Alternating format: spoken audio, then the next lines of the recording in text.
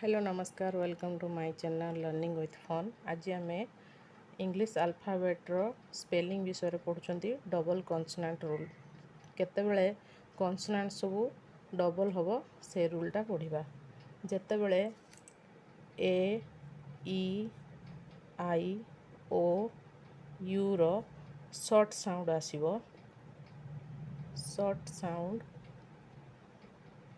आसीबो सेतेबले डबल कन्सोनांट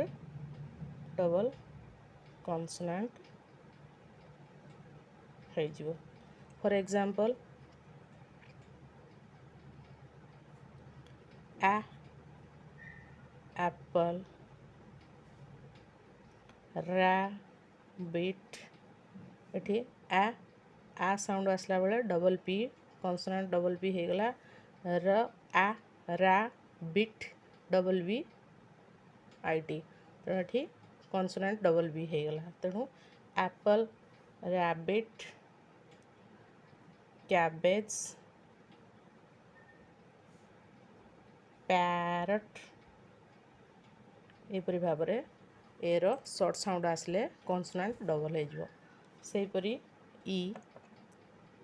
ई जितेबले A sound करिवो सेतेबले डबल कन्सोनांट हम। For example egg, bell, tell, session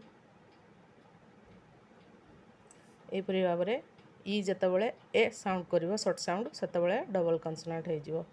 तापरे आई से परी जितेबले शॉर्ट साउंड ई आसीबो सेतेबले डबल कन्सोनांट हो। I L L E ill double consonant L L ill. Feel, kill,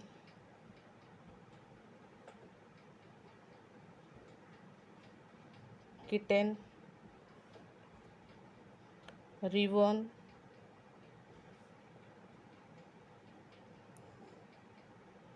mission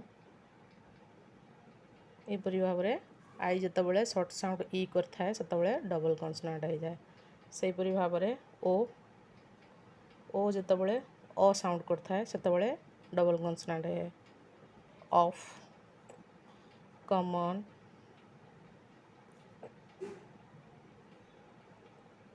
fodder, sorry,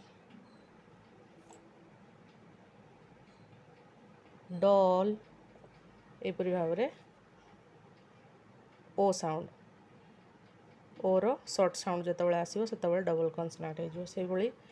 you रो शॉर्ट साउंड जितेबाला आसो अ यू सेतेबले upper U P P E R double consonant हो गला अ अपर। बनी,